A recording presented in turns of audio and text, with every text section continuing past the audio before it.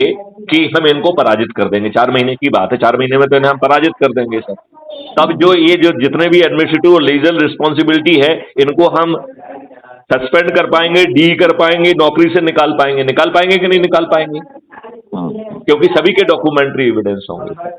तो मेरा निवेदन सर एक ये है कि हम कितने कार्यालय खोल सकते हैं, क्या हम हर गली कोने में हर व्यक्ति अपना एक कमरा जो है ना वो अपना भी यूज करता रहे और इसको वो कार्यालय घोषित कर ले। तो हम लोगों की रिलीफ को, एक तो हम इंफॉर्मेशन को कैप्चर कर पाएंगे, नंबर 2 उसको रिलीफ दे पाएंगे, नंबर 3 हम प्रशासन के मस्तिष्क में भय पैदा कर पाएंगे सर। क्योंकि अभी जो व्यक्ति जा रहा है वो व्यक्तिगत स्थिति में लड़ रहा है, जब क्राइम फ्री भारत उसके लिए लड़ेगा तो बहुत मजबूत होगा क्राइम फ्री भारत। लोगों को तो क्राइम फ्री भारत की स्टेशनरी से डर लगने लग जाएगा। मतलब थानेदार के पास क्राइम फ्री भारत का जो है ना ऑथराइज सिग्नेटरी का मेमो पहुंचेगा, वो साला अपनी कुर्सी से उछल जाएगा, क्योंकि उसके पीछे जो छिपी हुई ताकत है जो बाद में उसको सस्पेंड कराएगी, वो अभी एग्जिस्ट नहीं कर रही है, वो एग्जिस्ट हो जाएगी। आई डोंट नो सर किस हद तक आप हमसे सहमत हैं सर। लेकिन सर इस फॉर्मेट में चूंकि किसी ने प्रयास ही नहीं सर, आज तक किसी ने कॉन्स्टिट्यूशनल अकाउंटेबिलिटी की बात कही, किसी ने बात नहीं कही। आप ये बताइए सर, इस देश में 90% केसेस में एफआईआर दर्ज नहीं हो रही है सर, और 90% केसेस जो है ना फर्जी कायम हो रहे हैं दबाव बनाने के लिए, पॉलिटिकल उसके आधार पर। तो ये सर दोनों 90-90 उल्टा क्यों हो रहा है सर? मतलब 90 सही जो है ना कायम नहीं हो रहा है और 90 फर्जी कायम हो रहे हैं।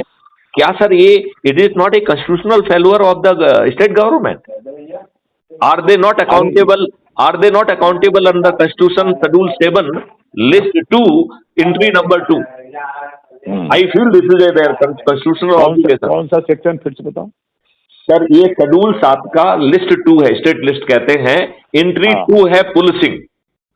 तो policing is the constitutional obligation and responsibility of the राज्य सरकार सर।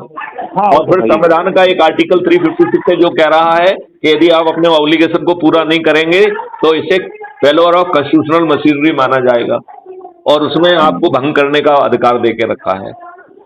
और उसने गवर्नर का एक इंस्टीट्यूशन क्रिएट करके रखा है जो हर बार जो है ना हर महीने एक रिपोर्ट भेजता है कि हमारी सरकार संवैधानिक व्यवस्था के अनुरूप चल रही है, जो शुद्ध रूप से झूठा है, शुद्ध रूप से झूठा है सर। बस केवल हमें, यदि हम एविडेंस, जब इतने सारे कार्यालय होंगे तो कितने सारे एविडेंस होंगे सर, इसको कौन इग्नोर कर पाएगा? कोई इग्नोर नहीं कर पाएगा। और यदि इग्नोर कर भी जाएंगे, जब आप सत्ता में आ जाएंगे तो सबको डिसमिस कर देंगे सर, और इनको जीतना तो है नहीं फिर।